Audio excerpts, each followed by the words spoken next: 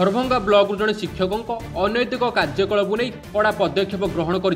गोष्ठी शिक्षा अधिकारी हाड़ीबंधु बेहेरा धराखमड़ा प्राथमिक विद्यालय शिक्षक सुरमणि मल्लिक गोटे दिन दरमा बंद करने सह विरुद्ध में विभाग तदंत आरंभ कर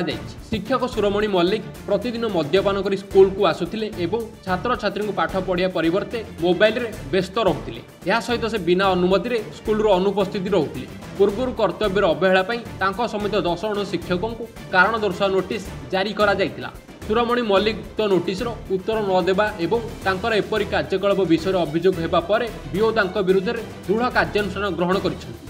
30 दिन मध्य जवाब रखा चिठी संख्या 13,114 निर्देश दि जाइए।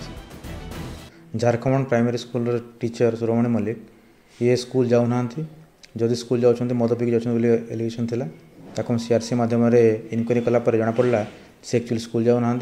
जदि भी स्कूल जाऊँ आल्कोहल ड्रिंक कर जाऊँच पिला न पढ़े अधा समय से मोबाइल व्यस्त रोचते